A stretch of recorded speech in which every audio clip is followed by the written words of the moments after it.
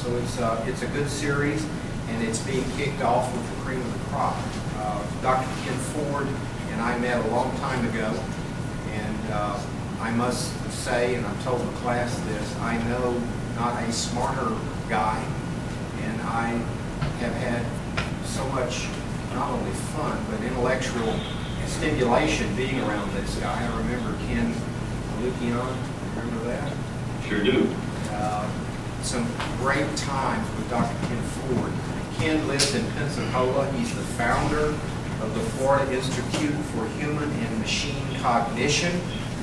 And he went to undergraduate school at Brown, and he did a PhD in computer science at Tulane. And let's see, he in 2003 was appointed to the National Science Board. Is that right? 2003? That's right. By President Bush. And for those of you who don't know what it is, it's basically the governing board for the National Science Foundation. About 20 people, is that right, Ken? 24. 24 people, and Dr. Ford is one of those very, very bright, capable individuals. So I welcome Ken.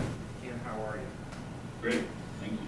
I'm going to put my glasses on. You've got yours on. I don't think either one of us wore them when we saw each other last, or at least the bifocal are.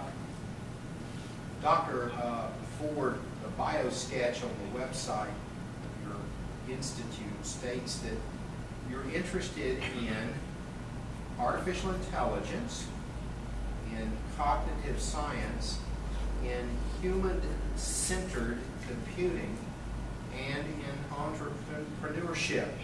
That's quite an impressive range from the, if you will, deeply intellectual to the wildly practical.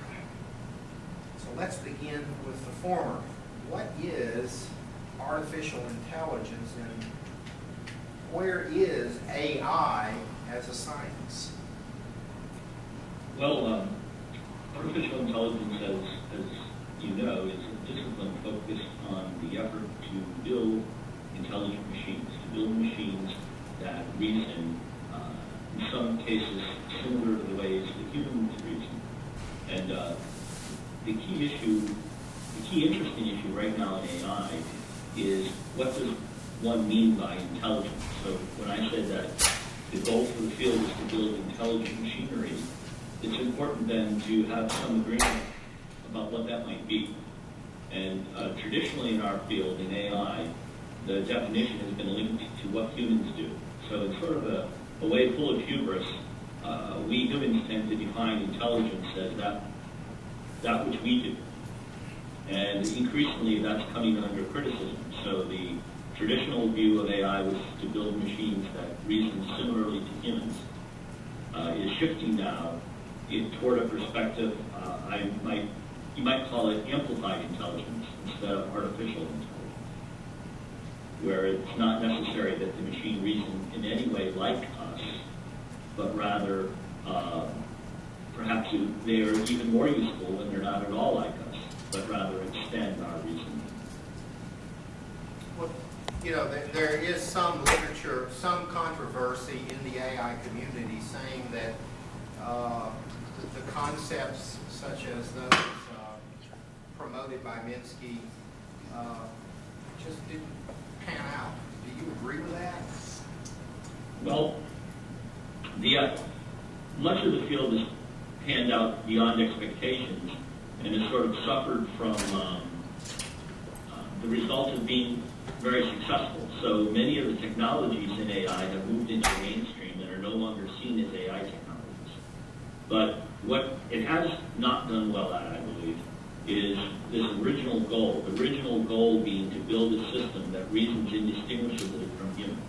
So there's a famous test in AI called the Turing test, named after Alan Turing. And this in particular, I think, has not been good for the field. This notion that any science should proceed with mimicking the natural exemplar as the goal. It's sort of how flight used to proceed.